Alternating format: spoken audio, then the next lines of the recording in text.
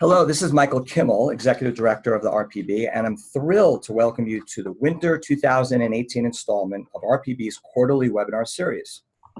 Today, we're very excited to be able to finally announce the launch of our new Reformed Jewish Values Fund. We'll get to that in short order. But first, and along with Len Teitelbaum, Chair of the RPB, I'm pleased to introduce today's guest speakers. With us today are David Baskin, President and Founder of Baskin Wealth Management. Hello, David. Hi, Michael. Rabbi Howard Shapiro, Vice Chair of the RPB, as well as Chair of our Reformed Jewish Values Fund Values Task Force. Hello, Howard. Hello, Michael. Hello, everyone. And Liz Michaels, who is Chief of Staff and Director of the ESG SRI practice at Aperia Group, and who I might add is also a member of the Reform Mishpacha in the Chicago area. Welcome, Liz. Thank you. Good afternoon. So, just a couple of housekeeping items while you read the agenda. This session is being recorded and will be emailed to you as well as posted on our website within a couple of days. And you may submit questions during the Q&A session by clicking on the Q&A button at the bottom of your screen. We'll try to get to as many of those as we can at the end of our session. Before I turn it over to Len and then to Howard for some brief opening remarks, I just want to thank those of you who have been with us before during our quarterly calls. Your continued participation is so greatly appreciated. And if this is your first time joining us, welcome. We hope and expect that you'll find that your time with us today valuable. With that, Len. Thank you, Michael, and to all on the call, Baruch haba, we're glad you're here. And today, for those who are regulars, we're going to alter our usual format in order to make sure we save time for questions relating to the announcement of the Reformed Jewish Values Fund. This has been almost 30 years in the making, and I'm almost embarrassed to say I was there at the beginning in the late 80s. This year, it all came together, and you will hear from those responsible for doing this, and the premises leading to the conclusion in the launch of our fund. Let me say that for all of us here, we're involved in bringing this forth. This is, for us, a very, very welcome event. I'm going to make a summary statement. Please allow me at the beginning rather than at the end, because I felt and the board felt, and we all did, that it was and is time for us to put our principle, LE, into our principle, AL. We hope you will get the facts necessary for your decision. You will hear from David shortly, but let me, concerning the market. But now let me turn it over to Rabbi Howard Shapiro, whose title you have heard, for some additional opening remarks. Howard? Thank you. So this is, as Len has indicated, practically a Shehechianu moment. It's been a long time in coming, and today you will hear the culmination of a steady and incremental progression of what in our tradition we call a call and response. The call is our Torah's insistence that we pursue justice. The response is the history of decisions to expand the RPB's mission into what I will call investing with a conscience. The ethical imperative that drives us are the words from Devarim, from Deuteronomy. Tzedek, tzedek, tirdof. Righteousness, righteousness shall you pursue. As all of you know, the rabbis love it when there are duplications of words. So the duplication of the word tzedek, of righteousness, offers us a world of interpretations. For our work, for today, for this webinar, let me remind us all of just one. We are called upon to seek to be righteous in a variety of ways. We are called upon to be righteous with our deeds, with our charitable giving, in our relationships, in our work environment, and with our money, our resources. The Reformed Jewish Values Fund we introduced today offers us that opportunity to go above what is expected of us, to go beyond the letter of the law, to find ways to translate our values into action, and to do it in a financial setting rooted in the teachings of our tradition and vetted by the RPB.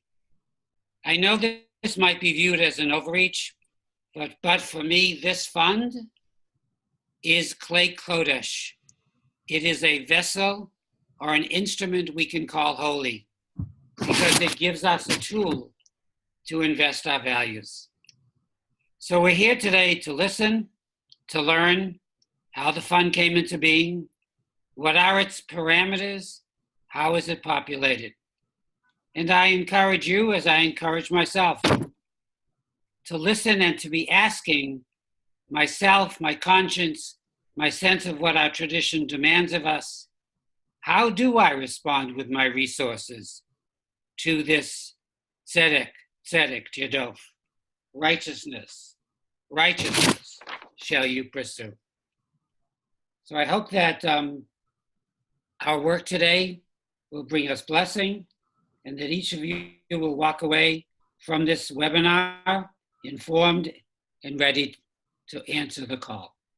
Thank you. Thank you, Howard. Yasher koach. Yasher koach. Thank you. So good afternoon, everybody. I'm sure that most people noticed a certain amount of action in the stock markets yesterday.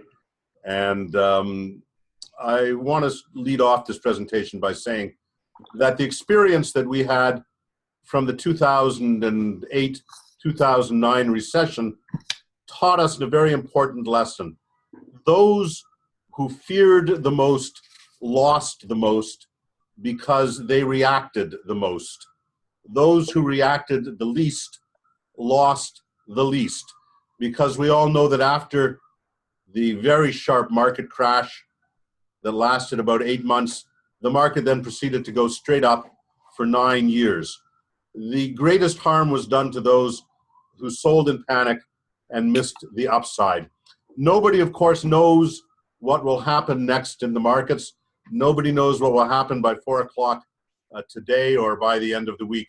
But of one thing I am sure, those who stay the course will fare better than those who become too nervous, take their money out of the better performing asset classes in a search for safety.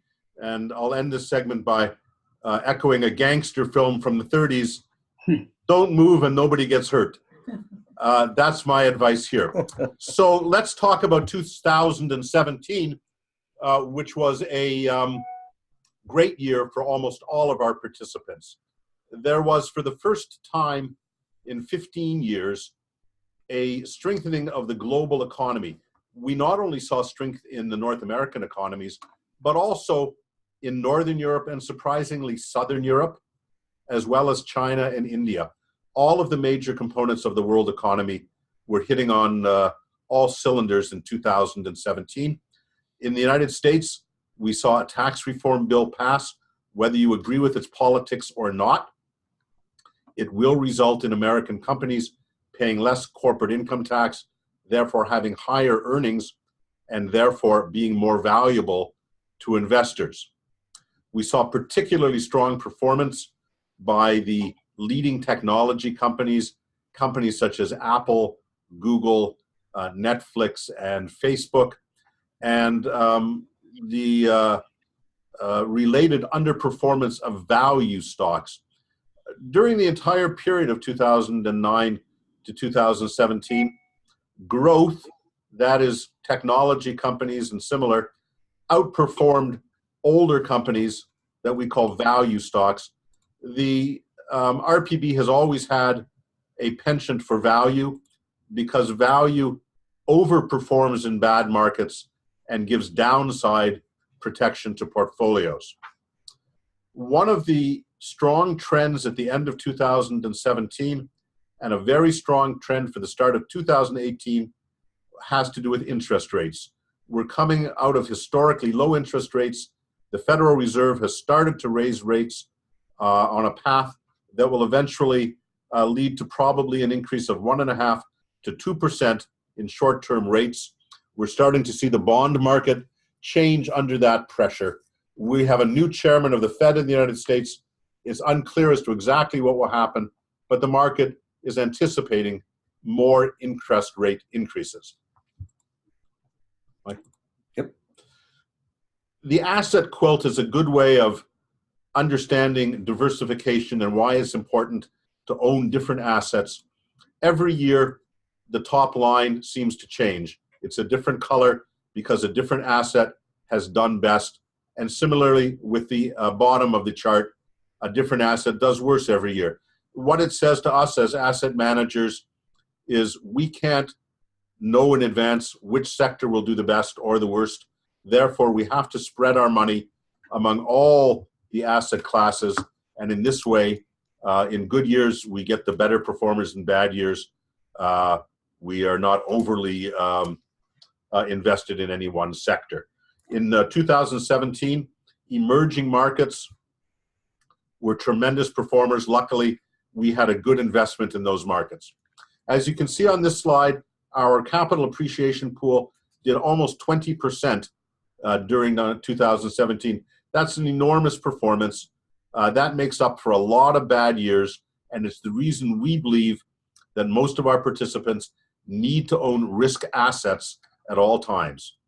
The mixed portfolio, the appreciation and income fund, did 13.3%. Again, 13.3% is an admirable performance in any year. And finally, the income-focused fund did 4.6%. 4.6%, I might say, is not bad in an environment in which the 10-year Treasury bill only yields about 2.5%. So altogether, all of our Tier 1 investors, which is about 93% of our assets, had really good years in 2017. Now, some of our participants have chosen to go into Tier 2, which is passive index mirroring assets. As we expect, all 7 of our products in Tier 2 exactly mirrored their index. I'm sorry, 9 products. I thought 7. 9 products all mirrored the index. Those of you who were very clever and chose the Vanguard Emerging Markets ETF had a tremendous year at 31%, but really all of the risk assets had pretty good years. I want to talk about how we perform in regard to downside protection and risk, and the real measure for risk is volatility. Lower volatility means we're taking less risk than the market. You can see that all of our products offer less risk than a similar index. So that's really what I want to say about 2017. As we look at 2018, as I've indicated, we expect to see interest rates go up. There's unknowable geopolitical risks involving Russia, North Korea. There's economic optimism, perhaps less today than there was, say, a week ago, but nonetheless a lot. And some pressure on valuations. The final thing I'll say is that the market correction we saw this week, which basically wiped out the gains of January, was long overdue, long expected. Market commentators are not the least surprised, nor are they the least panicked, and neither should you be. Thank you very much, David. And this is Michael, and we're now gonna transition into talking about our new fund, the Reformed Jewish Values Fund. First, we're going to be talking about the overview of Jewish values investing and our Jewish values investing policy, which provides the framework that actually enabled us to get us to where we are today. We'll spend some time talking about the methodology that developed the fund, as well as the actual values that are in the fund, and what those were based on. And then we'll talk about the portfolio itself and the actual fund. And then David will conclude this section by talking briefly about, is this the kind of fund for you? So with that, I just wanted to take just a minute and sort of review and look back on the timeline and our major milestones with the RPB's history with socially responsible investing. You could see that it goes way back to 1986. The first decision our board made back then was to divest from South Africa, and that was based on the Sullivan Principles. I think that was The UAHC board. the UAHC board as well as the RPB board. Thank you, Len, for clarifying. So that was early on in our early days of socially responsible investing. I'm not going to go through every one of these items, but you could see that there were a number of things, milestone events that really was the journey. Really, this was the journey we took to where we are today. Just to highlight, joining ICCR was an important event for us. ICCR is the Interfaith Center for Corporate Responsibility. This is a faith-based organization that engages in shareholder activism. We've been a member for many, many years. We've implemented a couple of negative screens in our existing investments. You could see we joined following the lead of the URJ, at the time the UAHC, with the CHIP program, the High Investment Program. And by the way, all of this information and details will be in the brochure that you'll be receiving in the mail and will be available on our website. So I just wanted to take a minute and give you a backdrop as to the long history of SRI at the RPB, which leads us to the 5 pillars of our policy. First, the first pillar is the manager selection and evaluation. For a number of years now, we've spent time with our existing funds to reviewing those managers that underlie our Tier 1 funds, and want to understand, it was very important for us to understand how they integrated ESG, or environmental, social, and governance factors, into their investment analysis and portfolio ownership practices. We wanted to see what they did to make sure that at least they weren't being really bad actors before we made the investment committee, of course, make decisions around which managers to invest in. Next item is the screens. Whoops. As we talked about briefly on the timeline, we've always used negative screens for many years, but now with the new fund, we're able to use positive screens to filter companies that do or do not align with our Jewish values investing criteria. In addition, I mentioned shareholder engagement, but as far as influence on companies, we use proxy voting, which we have a custom policy that aligns with our Jewish values to vote the shares, vote on shareholder resolutions based on those values, as well as we engage through ICCR, and you'll hear some more through Aperio, engage directly with companies to influence their decision-making, and again, where we own the shares. That's not in every manager we have, but it's where we can, we do. Support for Israel. For a number of years, and this goes back to, I think, the 90s, where the board made the decision to invest some of the RPB's administrative reserve funds in Israel bonds. We continue to hold those bonds today.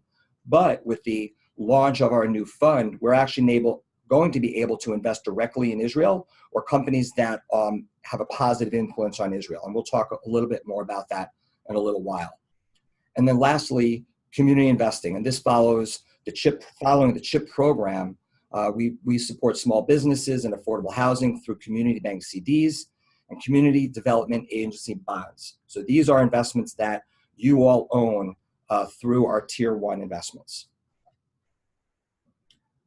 So this again provided the platform and the impetus for the next, and I don't want to say the last step in our journey in Jewish values investing, but certainly the next major step, which is the launch of our fund.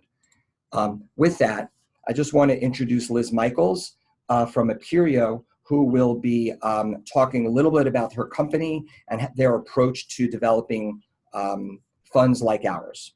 Liz? Thanks, Michael. So we are really privileged to be able to partner with RPB and to be part of the conversation that led to the values profile that we'll be describing.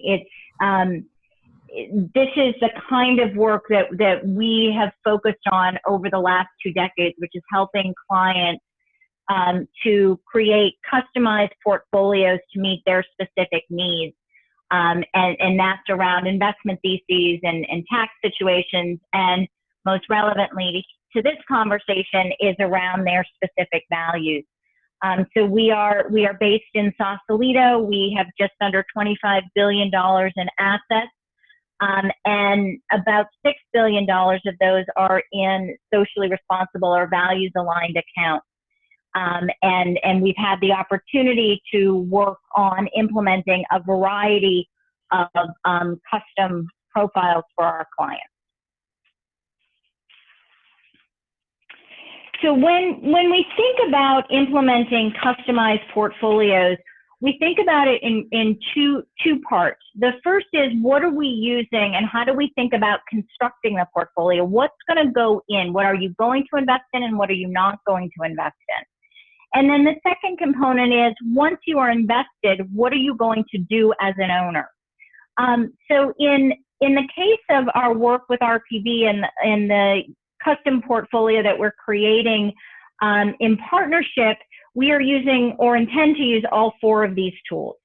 The exclusions are things that folks are most familiar with in the SRI or ESG space. They're the things that you don't want to be invested in.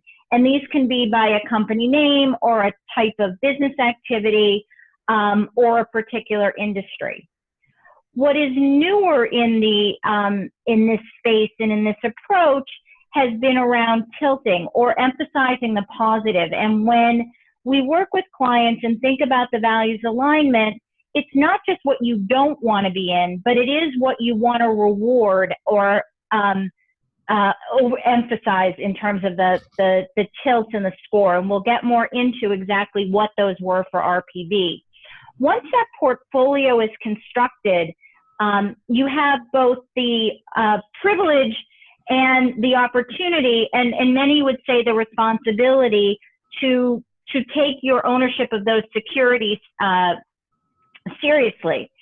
Michael, if you flip to the next slide. Oh, sorry. I will turn it back over to you. Thank you, Liz. And we'll talk a little bit more about proxy voting in a little while. With that, I'm now going to turn it over to Howard, Rabbi Howard Shapiro, who will go over the methodology that led us to the fund, as well as I had said earlier, a description of the actual values incorporated into them. So with that, Howard. Thank you, Michael. Howard's good. I like that.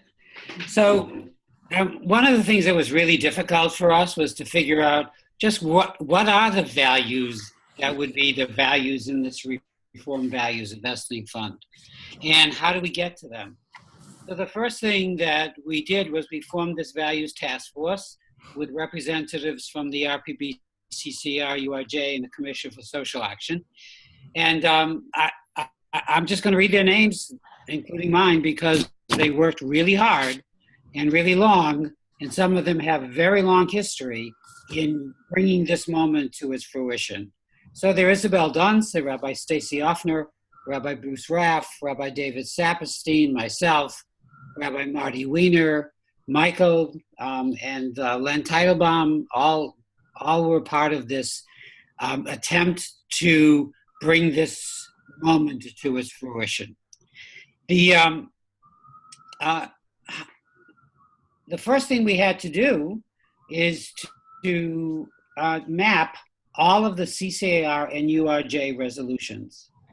That means that we took all the resolutions of the Central Conference of American Rabbis, the UAHC, and then the URJ, same organization, and tried to create a series of values that could somehow be relatable to the financial world or financial instruments. So not every resolution of the CCAR or the URJ is actionable. And not every resolution was appropriate to find a financial way of maximizing what it means. But a grid, that's not the correct technical term, but a grid was created that mapped the resolutions, and it was brought by Aperio to this committee, to this task force, where we had a socially responsive portfolio, where we created the social responsive portfolio. We had what was called a social conversation. That means Aperio led us through these values and asked us to rate them, to discuss them, and it was an all-day conversation. And under the guidance of Aperio, we prioritized, voted, and created what was then called the Reform Jewish Values Statement, Investment Statement. We used the data from Social Research Database to rank the companies, and eventually turned it back over to Aperio to construct the portfolio. It was never our intent that the portfolio we would construct, or the Reformed Jewish Values investment portfolio that we are presenting to you today, would be a document in stone. It would always be a living document. It would always be open to looking at it again as the organizations, the RPB, it's the URJ and the CCAR, as they come through with new resolutions, we would look at them and see if they needed to be brought into this family we call our Jewish Values Investing. So then after the portfolio was designed, it was then brought over to the investment committee of the RPB, who looked at it very carefully and brought us to this moment. So that, unless I left something out, Michael, you're more than welcome, or anyone, to jump in. That's how we got here, and that's where we are right now. May I just add a couple of things on this? Number one, Howard probably will never be thanked enough for chairing this committee, but I will try to do so now.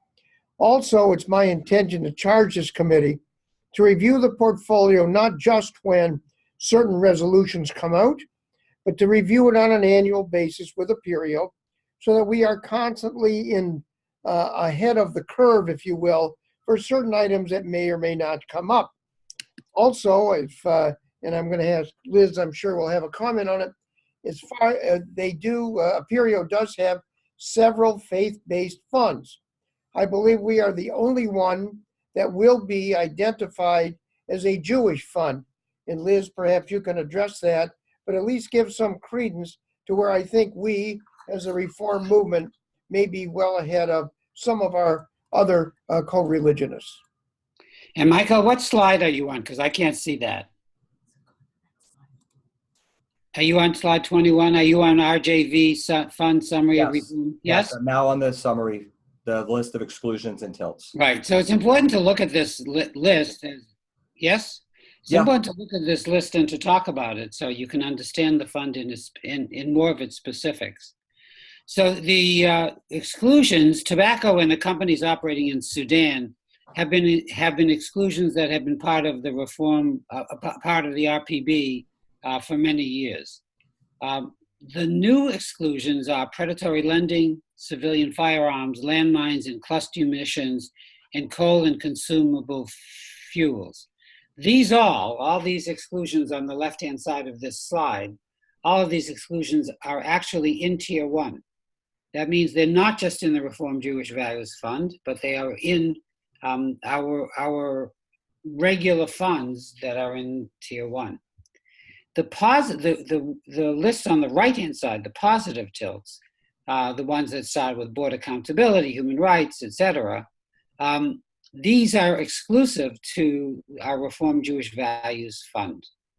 We are given the opportunity to look at, to favor companies where board accountability is something that they do regularly, where reproductive rights is something they report on and we can understand, where they have a fair and balanced sexual orientation policy, where and most importantly, not most importantly, but certainly very importantly, where we find that they support Israel. So the positive tilts are in the Reformed Jewish Values Fund, and that's where you can really make a difference with how you invest your money. Michael? Thank you, Howard. Liz?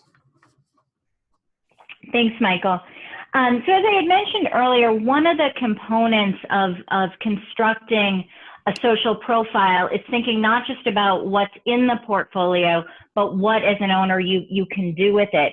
And as Michael mentioned earlier, RPB has been involved in proxy voting and thinking about that in a very intentional way.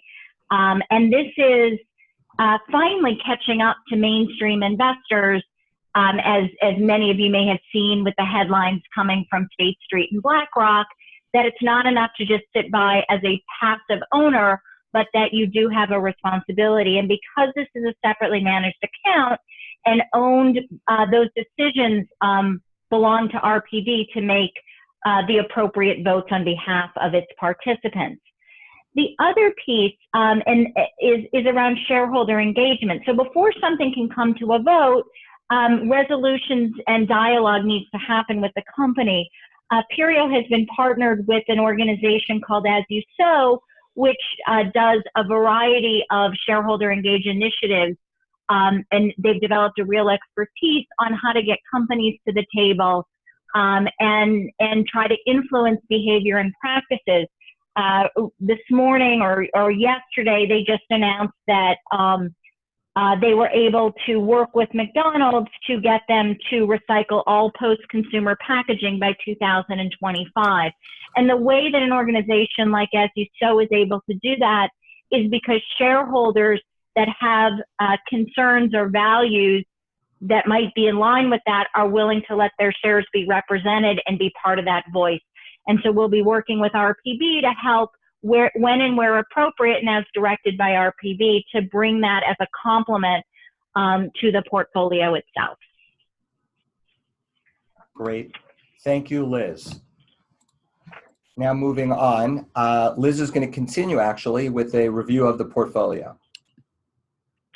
Sure. So as David mentioned in the beginning, markets are what they are, and we are not a manager that looks to beat the market, and that's certainly not what we're attempting to do in this case. What we are looking to do is to track the global market, and the benchmark that was selected by the RPB is a global benchmark, including both the United States companies as well as developed and emerging markets.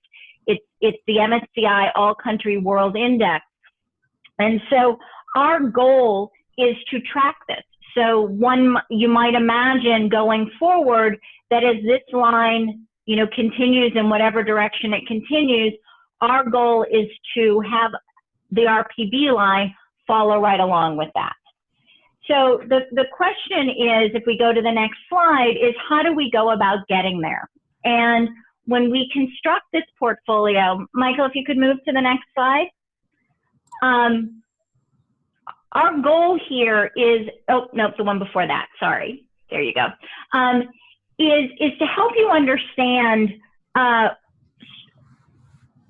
will the profile that Howard talked about impact performance? That's always the question when you talk about SRI type of funds where you're aligning with values, is what's the give up? How much will this cost me in terms of return? And our approach, and we have almost 2 decades of doing this, is not to say trust us. It's more a matter of saying, let's quantify what that might look like. And so what I want to do in the next few minutes is talk about how we go about constructing this portfolio. The first thing you see is that we're not holding all of the stocks in the benchmark. So the number of holdings, if you were to hold the whole benchmark, is just under 2,500. In the fund that we are working with RPB holds a subset of that, and that's 250.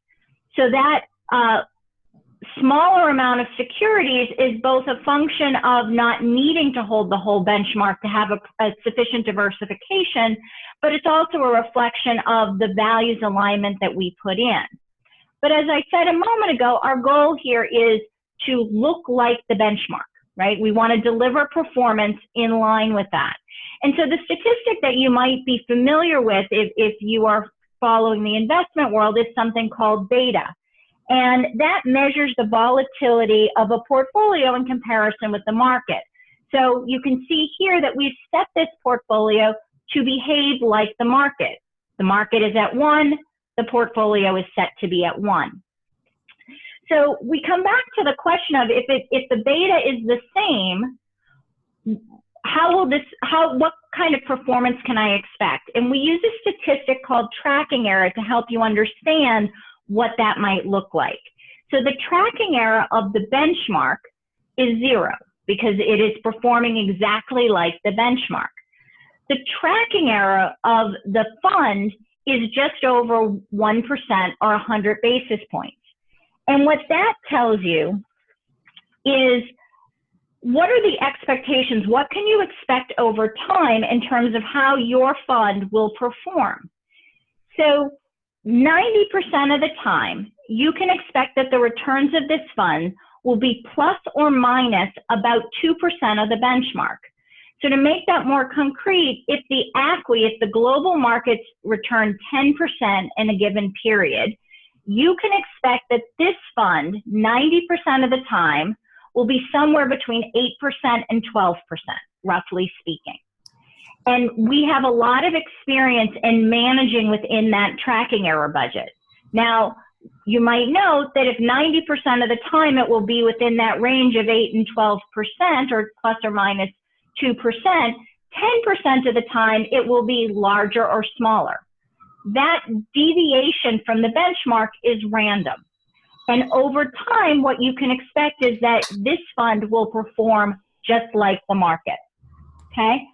So again, the goal of the way we manage portfolios is to deliver market-like returns, and the tracking error, this 1% or 1.08%, is to help you understand what the ride might be at any given point in time. What this does not tell you is what the market is going to do. It is not promising that it is going to be up. There is no sense that Jewish values are going to outperform the market. There's no sense that Jewish values are going to underperform the market. So that is the metric that we use, and something that we will be regularly communicating in terms of the fact sheets and performance. So that's what the constraint is. That's the way to understand the performance. What do you get in exchange for that performance? So if we look here, in exchange for the 100 basis points or 1% of tracking error, you get a social score that is 30% higher than the benchmark. What does that mean? When Howard went through what your tilts are around the things that you wanted to emphasize in terms of diversity and environment and human rights and the like, we're looking at companies that have a higher performance in those categories, not investment returns, but they are doing better in the things that matter most to the RPB than it would if you just invested in the benchmark. The Israel exposure score, and this we rely on a data set provided by a company called Blue Star, and they go about tracking a company's involvement or economic exposure or commitment to Israel. So they look at companies and categorize them in 4 buckets: those that are headquartered or headquartered equivalent in Israel, those that have a major exposure to Israel, and those that have a material exposure to Israel, and then those that don't. And so with this portfolio, we got 2 times the exposure to those kinds of companies in the portfolio. So when we talk about how do we reflect the Reform Values commitment to Israel, this is our effort to do so. The Clean Technology Score exposure, this looks at companies that have committed and are building businesses around solutions to the climate change. So those are things around energy efficiency, clean water, green building, and the like. And so this is giving you a 3 times higher exposure to those types of companies than you would get if you just invested in the market. Lastly, along the same theme of climate change, one of the things that people look at is how do you reflect a concern about climate change, and one of the areas is around the carbon footprint and carbon emissions. And so in this case, we look to lower the carbon emissions of the overall portfolio by 80%. So you have a portfolio that's 30% better around the issues that are most important to the Reform Jewish movement, with an exposure to Israel 2 times higher, 3 times more technology, clean tech exposure, and an 80% lower carbon footprint. And so with those, we were able to construct a portfolio, in this case with 250 holdings, and index-like returns within 100 basis points or 1% of the market. And so with that, Michael, I'll turn it back over to you. Great. Thank you very much, Liz. And then just to point out the fee structure that we have in place at 15, that's 0.15%, which for a fund like this is extraordinarily low. We actually asked our investment consultant, Summit Strategies, to benchmark our fee against commercially available funds through their access to the Morningstar database. And this was actually by far the lowest of the funds that they were able to find. I can't say that is the lowest out there, period, but it is certainly among the lowest out there. And for what we're able to get for this fee based on a relationship with Aperio is great. We're thrilled to be able to offer this for those of you who are interested in investing in the fund. So thank you, Aperio, for that. With that, I'm going to turn it over to David for a very brief discussion on whether this fund might be right for you. Thank you, Michael. The question whether this is right for you, I think, really is determined by 2 things. First of all, this product is slightly more expensive than the alternative of the plain S&P 500, which is very inexpensive indeed. In Tier 2. In Tier 2. Secondly, as Liz pointed out quite honestly and fairly, there can be a significant difference in the performance of this product compared to its benchmark index. For example, if you could imagine a president of the United States subsidizing coal and banning the import of solar cells, this portfolio would do less well than the index because it has no coal exposure and more solar cell exposure.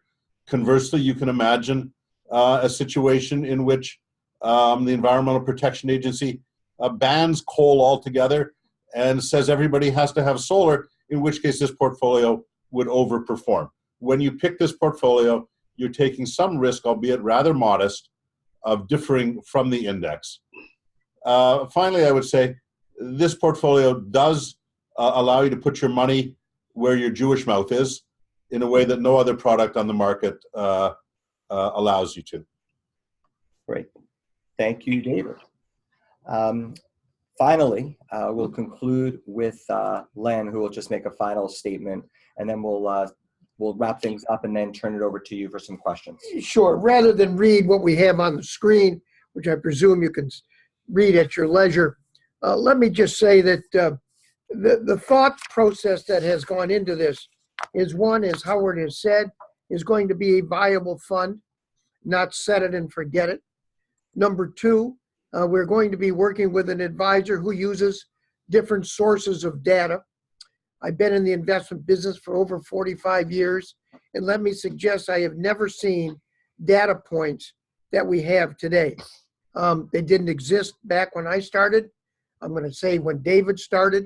And using that information at our fingertips and how we apply it, I think is important. Lastly, and one that I feel particularly formal about, is that as Jews, if we believe that this is how we want to make our presence felt, this is a way to do it. Not to the exclusion of others, not at all ignoring others. Let me just basically say this, I feel very, very strongly, will be a fund that represents who we are and how we want to allocate our resources. With that, let me end where I began. Let's put our principles, LE, we're into our principle, AL. Michael, I think we've got some questions. I don't know if we need to review the process on how to get a question in, but why don't we do that, and then let me read the questions and allocate the answers. All right, very good. Just real briefly before we get there, just final words. Fund is planned to launch next week, the week of February 12th. So look out for an email from us when the fund is available through the InfoExpress website. As a reminder, it will be a tier 2 investment. So when you look on the menu on the website through Alaris, you'll see it under tier 2. And of course, if you have questions about how to change your allocation, the tutorial will be available on the website as well. And of course, with the prior to the announcement, you should be receiving in the mail and through email our brochure. There's a little peek at the cover of the brochure that announces the fund in its full entirety. So with that, I will turn it back to Len to read off a couple of questions. Sure. Could we go through the criteria? A question was asked, what criteria led the RPB to choose the Aperio Group as opposed to any other similar company? Maybe I'll try to answer that. Sure, Michael. And then you and I can. Yeah, we both could do absolutely. it. Let's. Yeah. So Aperio is they're a specialist and one of the leading specialists in creating custom strategies for clients. RPB and you are clients of Aperio, and through the research databases and their proprietary methodologies that led to the development of the fund, we were very impressed with their approach to how they construct these sorts of portfolios. They have a great team. You heard from Liz Michaels today, who we were very impressed with, as well as others who we've worked with at the Aperio. So we're very happy with them, and I believe that you'll be very pleased with the fund as a result. Len, anything to add on that? No, I think that basically says it correctly. We looked at, without going through specifics, more than, I think we narrowed it down to 3 funds. This is the one that we felt offered us the best value and the most consistent accessibility to resources and their ability to use outside sources should they not have them inside. So we thought we got a broad-based approach. Not to say the others weren't good, we just thought this was better. We also have one, can I make the case as the leader of a national gun violence campaign that rather than divesting from gun companies, we use their investing power to press the companies to control their worst dealers? I know it's counterintuitive, but owning stock can give us power to make a change. Let me make one crack at that. You're absolutely correct. Stockholder derivative rights allow you to stand up if recognized at an annual meeting and to assist of solicitation of existing shareholders to try and bring about corporate change through board of director pressure. And I'm presuming that's really what you mean, and it's a good observation. I believe ICCR, Michael, does some of this on the shareholder advocacy group.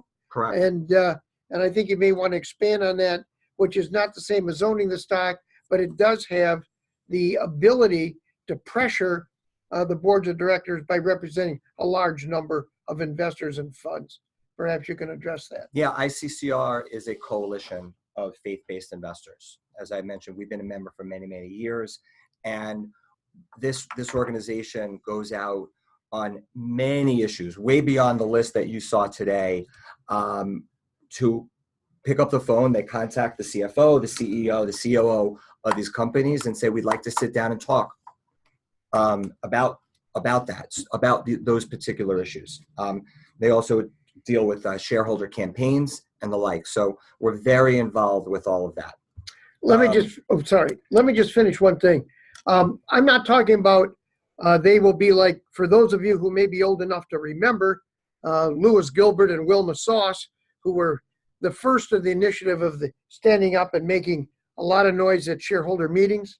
I attended one where when I was managing money with the Little Sisters of the Poor, who did a wonderful job. We are now using that on more of a corporate basis. If I've answered your question, at least I tried to. We do represent shareholder activism in this type of an organization, the ICCR. Right. And let me just add one other thing Sorry, there, sure, Len. Michael. Just because we are divested from the manufacturer of the handguns, we could theoretically own the retail establishments that sell them. So that's one thing to make sure people are clear on. And secondly, this is not forever, right? We are able to revisit any of these negative screens or positive tilts at any point in time. So if the collective wisdom is to take a differing approach as it relates to the manufacture of handguns, we'll do so. So this is, again, never a one and done. We answered that question. Can other Jewish organizations invest in the Jewish Values Fund? Again, we'll bring you up to date. We have a task force that should be able to report within the next, literally within the next few weeks, about congregations who have approached Michael about investing in the JVI with their congregations through us. We call this, Michael's very clever with the word, we're calling this a go, no-go task force, who will come back with their recommendation of allowing congregations to invest with us. There'll be some administrative paperwork that I think we can get cleared up if the answer is yes, and we'll have an answer for you through the board, hopefully very soon.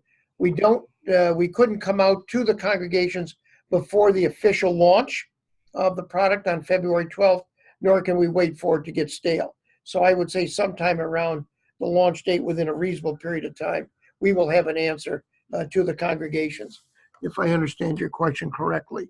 Okay. Let's talk about, does Aperio represent, I believe you mean clients who, let's say, would boycott Israel? Liz, can you handle that, please? Sure. So Aperio is agnostic in terms of our clients' values. Our goal is to respect our clients. We sometimes refer to it as being a publisher of sacred texts, and try to respect everybody's values and implement them as thoughtfully as possible. So if a client comes to us and has specific concerns about a company's involvement in the occupied territories, and they provide us with that list, we will implement that. Great, thank you, Liz. I hope that answered the question or concern. Let's see. How do we allocate extra monies to each month that we are now sending to the Capital and Income Fund?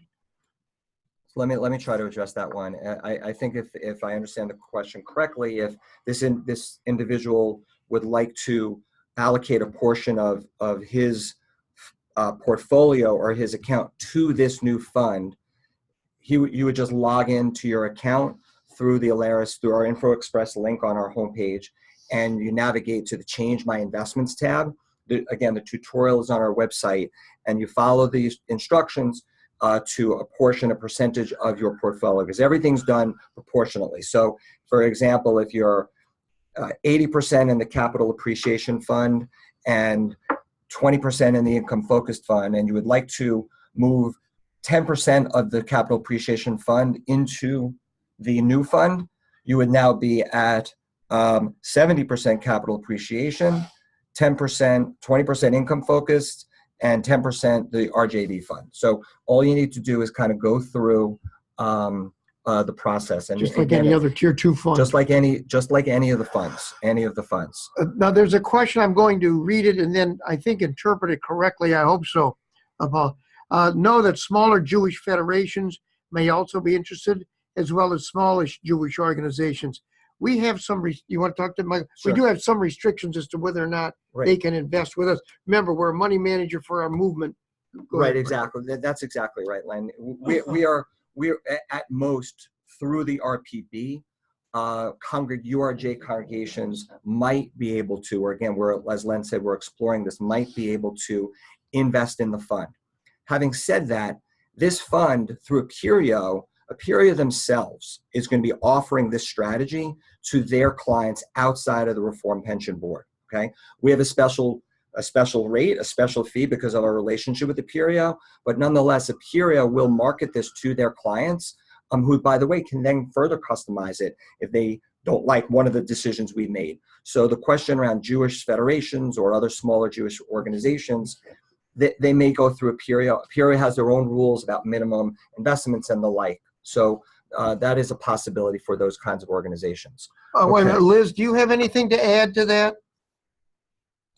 No, as Michael said, we will be making this available on our menu. And so, we work through wealth advisors and consultants. So feel free to reach out through that avenue as well. So, but Liz is Howard. If I remember correctly, this Uh-huh. is not, it won't be called the Reform Jewish Values Fund, right? It'll be. It's a Jewish values strategy, right? Right. It's a Jewish It's the only values one on our strategy. menu. Right. If I might just step in, I believe what we were talking about here, we've had some discussions both with Liz, who's been very cooperative, attorneys, et cetera. It will be called the Jewish Values Investing or Jewish Values Fund. In the description of the fund, it will say based on the principles promulgated by the Reform Pension Board. So we will be mentioned as a descriptor of those setting the rules.